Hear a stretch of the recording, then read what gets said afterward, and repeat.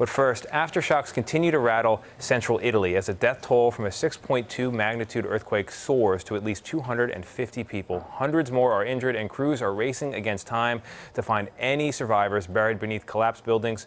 Many people are now forced to stay in shelters and tents in these devastated mountain towns. Jonathan Vigliotti is following the latest for us in hard-hit Accumuli, Italy. Jonathan, how are these aftershocks affecting the rescue and recovery efforts where you are?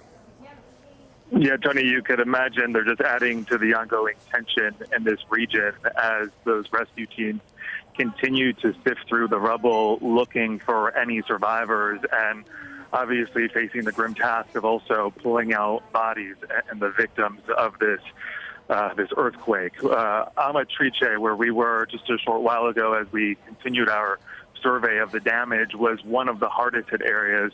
100 people of the 250 killed were killed in that town when this earthquake hit overnight. You can imagine the earthquake itself is 6.2, certainly strong, but magnified by the fact that first it was what's being called a shallow earthquake, so very close to the surface, which makes that rumbling that much more severe and violent. And then, of course, compounded by the fact this happened at 3:30 in the morning local time when everybody was inside their homes asleep and unable to react fast enough and get out of their homes in time for their lives. We actually just arrived, Tony, to this other town, Accumuli.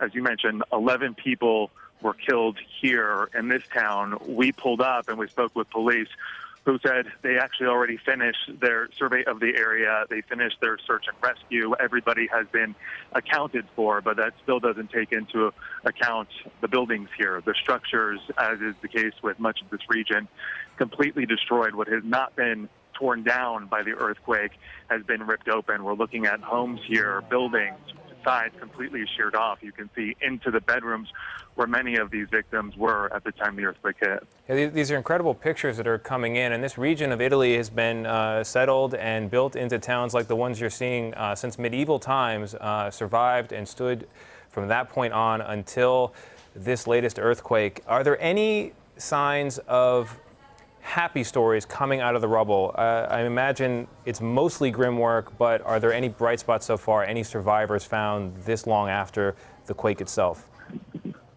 Yeah, there are those moments that certainly give search and rescue teams hope.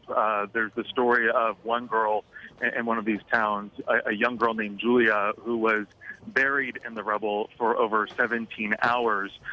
Search and rescue teams here looking through the rubble with their hands, using tractors to help lift up some of this heavy brick and stone, and also search dogs, and that work paying off in that case, rescuing that girl who we are told is recovering right now. Another story of a woman who was buried under the rubble was able to make contact, shouting for help with rescuers who came to the aid of her. We saw the dramatic video earlier as they were trying to calm her down. Eventually, we are told they were able to actually take her out of the rubble and bring her to safety. She's now getting medical treatment. We are told that she is alive and expected to recover.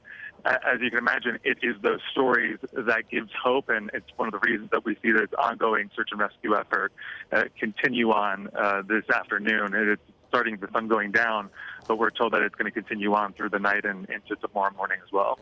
All right, Jonathan Vigliotti following this for us in Italy. Mostly grim work, but some stories of hope. Jonathan, thank you.